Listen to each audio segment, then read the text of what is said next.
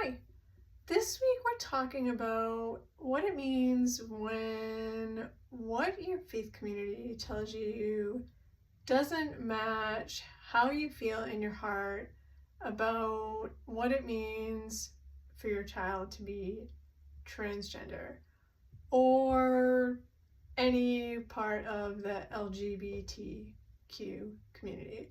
Because as parents, what we feel like after our children come out is that we have to choose between our child or our church, right? Because what we're told by our faith communities is that our children are sinners. And sometimes what we're told by our faith communities is that we are sinners for supporting our children. And so it puts us between a rock and a hard place, because obviously we want to support our children, but where does that leave us if we are people of faith and we want to continue to have a faith-filled life? We want to continue to worship at a church or be part of a faith community. And so what I want to do this week especially is to tell you about a book. I've shared a few already on my website that you can read, because ultimately it's an individual choice that you have to make as a parent and as a person, what you're going to decide to believe. Are you going to listen to the people who tell you that,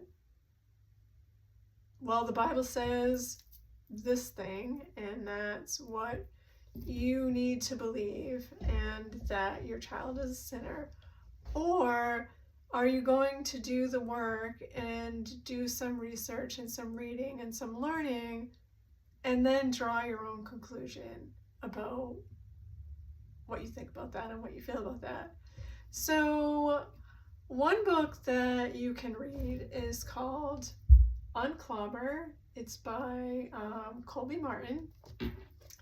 And what Colby does is he shares his story about how he came from a place of believing that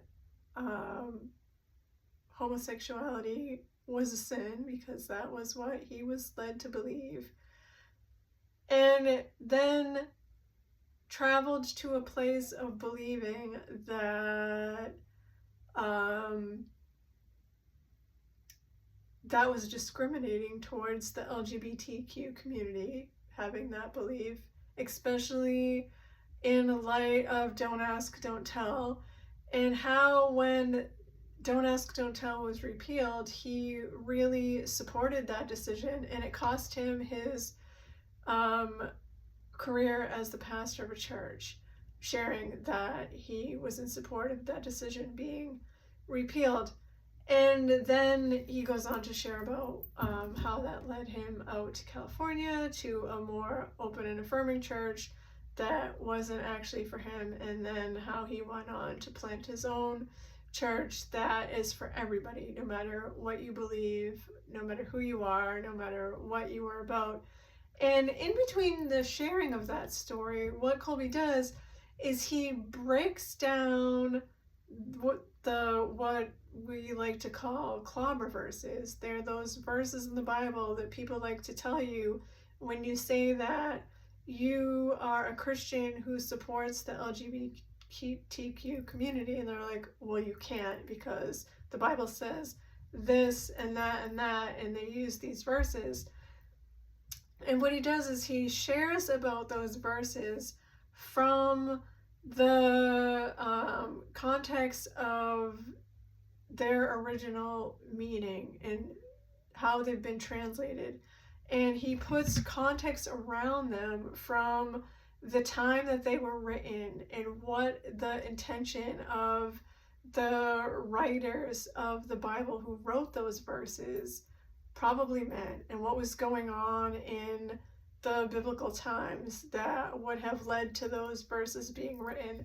And so he doesn't say, this is what I believe, and so this is what you should believe too. He leaves you to draw your own conclusions, which is what like Austin Hart did when he wrote Transforming. He also takes a look at those same Unclobber verses, and I have a review of his book up on my website, and before tomorrow is over, I'll have a review of this book up on my website also,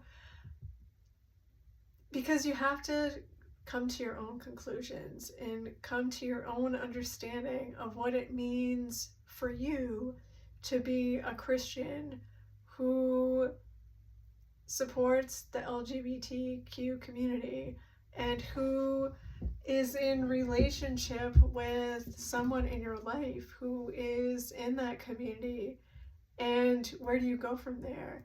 And Colby wasn't in relationship with anybody in the LGBTQ community. He came at it from a whole different place, and he talks about that in the book. And so I just wanted to hop on here and share a little bit about this book. Like I said, I'm going to review it and put the review up on my website. It's a really excellent book. I read it in one day.